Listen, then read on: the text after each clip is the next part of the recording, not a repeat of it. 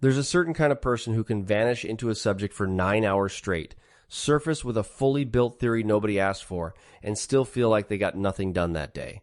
If you're an INTP, you already know that feeling from the inside.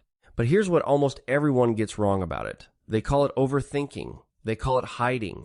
They tell you to get out of your head and into the real world, as if the door was never locked. That advice has never worked on you. Not because you're stubborn, because it's aimed at the wrong mechanism entirely. By the end of this, you'll know exactly what the Enneagram 5W4 is, why so many INTPs land there, and the 7 specific things that have to shift before this type actually grows instead of just reading about growth.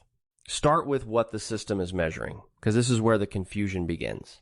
The Enneagram maps 9 core motivations, not behaviors, motivations. What you are quietly afraid of underneath everything you do. Type 5 is the investigator. The core fear is being helpless, incapable, drained by a world that asks for more than you have inside you. So the 5 builds one strategy and runs it for life. Withdraw, observe, accumulate, and never need anything from anyone. The W4 is the wing. That's the neighboring type that colors the core. 4 is the individualist, driven by a hunger to be authentic, distinct, emotionally real. So a 5W4 is a mind that withdraws in order to understand, but is haunted by feeling the entire time, detached and intense at once, analytical and quietly romantic about existence. And that is exactly why so many INTPs read a Type 5 description and feel exposed for the first time. Because MBTI describes how your mind processes information. The Enneagram describes what your mind is protecting. We're going to walk through 7 truths about being a 5W4 INTP, and each one cuts deeper than the last. Let's begin with the one that reframes everything you've been told about yourself. Number 1. Your withdrawal isn't avoidance, it's resource management. You don't retreat because you dislike people. You retreat because contact costs you something measurable. Claudio Naranjo, the psychiatrist who developed much of the modern Enneagram, described the core passion of Type 5 as avarice. Not greed for money, greed for inner resources, time, attention, privacy, energy. The 5 runs on a scarcity model of the self, believing there is a finite amount of them, and once it's spent, there is no refill coming. So, when you cancel plans at the last minute, you aren't rejecting anyone. You are defending a reserve you've never been entirely sure how to replenish. That's not coldness. That's an accounting problem nobody taught you how to solve. But resource management is only the surface. What's happening in your thinking while you withdraw? That's where it gets fascinating. Number 2, you will not enter a room until you're certain you belong in it. INTPs lead with introverted thinking, the function Carl Jung described as building a private internal framework that has to hold together logically before it's ever shown to anyone. It's a system that answers to itself first. Now, layer the 5's fear of being incapable directly on top of that.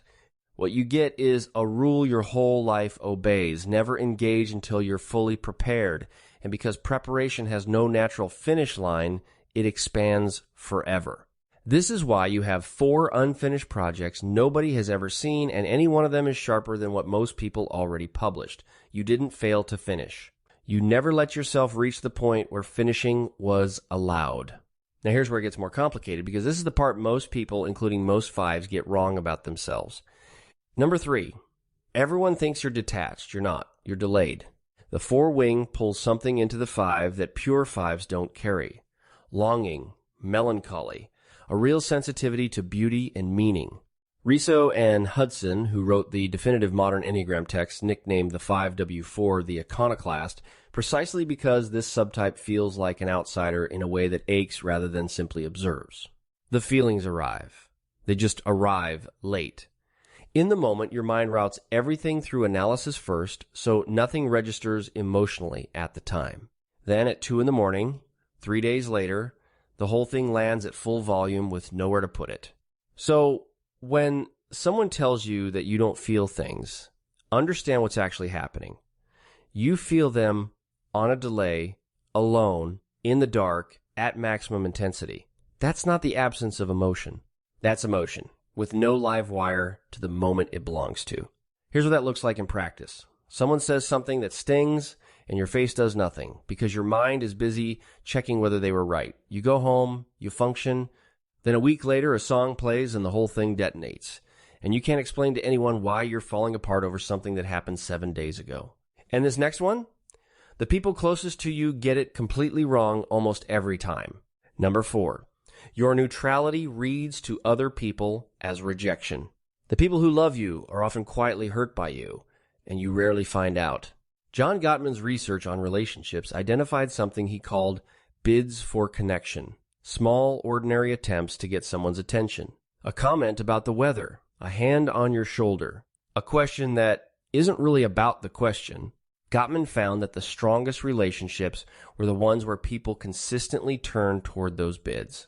Here's the problem. A 5 under load doesn't experience a bid as connection. It registers as a withdrawal from an already low account. So you turn away, not out of rejection, but out of triage. And the other person only sees the turning away. They don't need more of you than you have. They need to know they aren't a cost. Say that out loud once, and you'll fix something years of silence couldn't. If you're the kind of person who thinks this seriously about their own inner wiring, not to label yourself, but to actually change something, and you're still here, that tells me something about you. It would mean a lot if you hit subscribe. We put out videos like this every week. Real psychology, explained in a way that finally makes sense. Number 5. You can spend your entire life researching a life instead of having one. This is the part no one says out loud.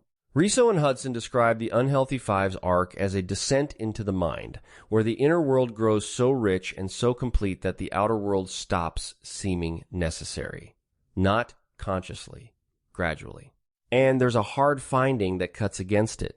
Anders Ericsson, who spent decades studying how expertise is actually built, found that real competence only develops through contact with feedback.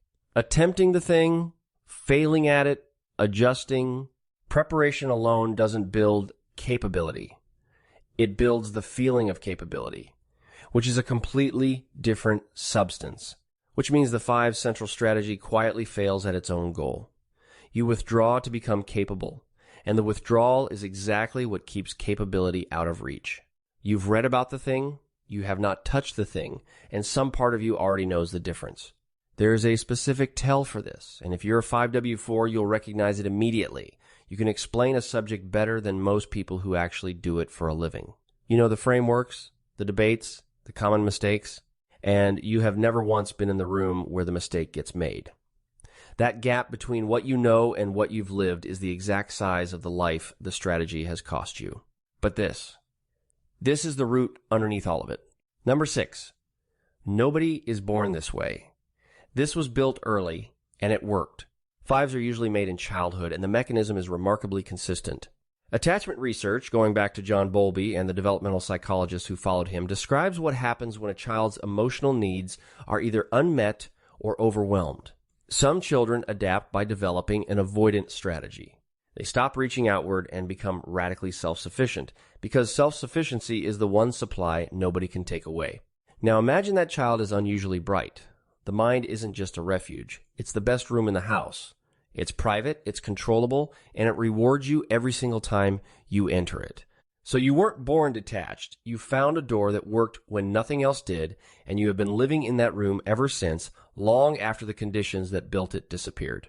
Which brings us to the last one, and honestly the only one that changes anything. Number 7. Growth for a 5 doesn't come from more understanding. It comes from contact. The Enneagram maps directions of growth, and for type 5, the direction of integration is type 8. 8 is the challenger. Grounded, physical, decisive, willing to take up space and act before every variable has been solved, which is precisely the capacity a 5 has spent a lifetime refusing to build. Integration doesn't mean becoming loud or aggressive. It means moving back into your body and into action while the analysis is still unfinished, sending the work before it's perfect. Saying the difficult sentence in the room instead of composing it later. Making small commitments that carry real stakes and real people. And there's a reason this works when advice like get out more never did. Every generic suggestion asks a 5 to spend the reserve. Integration asks something different. It asks you to test whether the reserve was ever as fragile as you believed. Because energy spent on the right contact comes back. Energy spent guarding against everything never does. For a 5W4 specifically, this has a second half. The 4 wing means your growth also runs through expression. The feeling that arrives at 2 in the morning needs somewhere to go. Write it, build it. Play it, say it to one person who's earned it. That is the wing doing its actual job, instead of just aching. So the next time you disappear for 9 hours and come back feeling like you did nothing, understand what you're actually looking at. You're looking at someone who learned very early that the mind was the safest place available and who got so good at living there that the world outside started to feel optional. Someone whose feelings are enormous and just badly timed. Someone who isn't avoiding life. Someone who is still waiting to feel prepared enough for it on a permission slip that is never going to arrive. You aren't too much in your head. You're a person who found one door and never tested the others. And the strange, freeing truth about being a 5W4 is that you don't have to become someone else to grow. You just have to act one step earlier than you feel ready to, every time. That's the whole practice. If you want to go deeper on how the INTP mind actually works underneath all of this, I put together a video on exactly that, and I think it'll land just as hard. It's right here whenever you're ready.